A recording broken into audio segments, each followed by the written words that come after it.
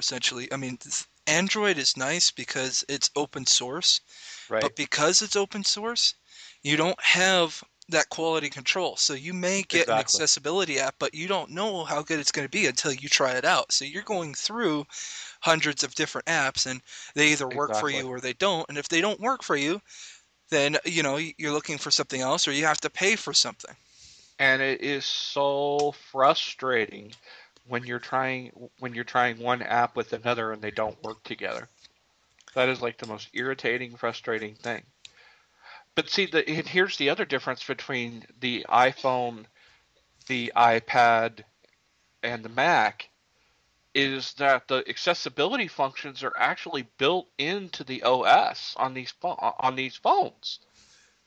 So it's not you're adding a third party software that you're having to configure and has to interact with the phone. This is already native to the phone. Right. So, you know, I can blow things up to whatever size I need to be able to read them, and I don't have to worry about something not working. I would say probably where 80%, what did I say? Maybe 80% of the stuff on the Android didn't work. Maybe 40%, 30%, something like that. And that's because of the strict guidelines that Apple puts in on their apps. Now, guys, Exactly. don't get us wrong. I'm not I'm not saying go out and buy a Mac. We're just comparing the features between Android and iPhone, and unfortunately, Android falls a little short in this case. It And I'm excels in other places. I'm a Windows user. Right. I'm not a Mac user. I mean, I've thought about going to Mac, but there's too many pieces of software that I have to use for our consulting business that don't work with Mac. And then to go ahead and get it to work with Mac, you either have to download Wine and or you have to upload Windows into the hard drive as it is and dual boot. Way too complicated for my shallow mind. Yeah, so I mean, let's not even get into gaming as far as that, because whenever you're looking at a game and you're saying, okay, yeah, I want to go ahead and play that, all my friends are on it, oh, it's on Mac. Well, there's a 50-50 chance that it may or may not be on Mac. Right.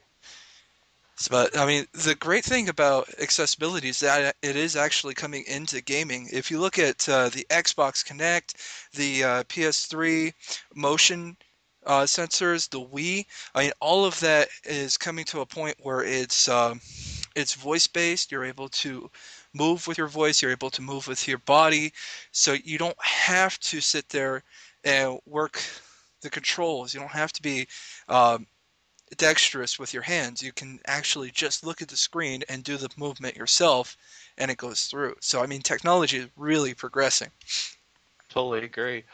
And it would be awesome. Like one of the things I always thought would be really cool would be to have, and I've seen a few games like this, but they're kind of few and far between, where it would use quadraphonic sound. Hmm. So where like if you're say doing a first person shooter type game, which is one of my favorite type of games, um, you would hear the sound coming from the direction that the attack is coming.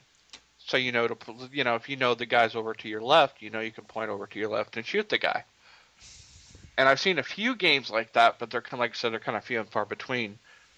I don't know if the sound technology has caught up with the need yet.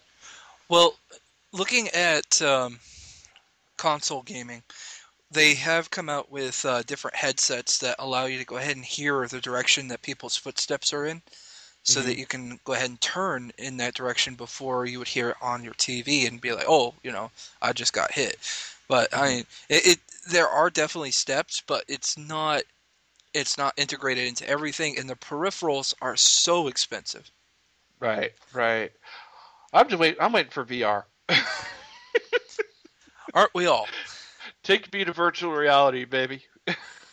Well, Mike, I want to thank you for your time. Unfortunately, we're almost out of time here. Want to thank you for being here. And once again, guys, you guys are listening to Speedy Turtle Tech Show. If you want to take a look at speedyturtletechservices.com, you can find out more about our show. You can go ahead and get help on your computer, internet, website. and graphics design as well. And you can find us on facebook.com/Speedy Turtle Tech. Yeah, Speedy Turtle Tech Services. Do you mind if I share my website? Go for it. It's www.michaelblaze.com.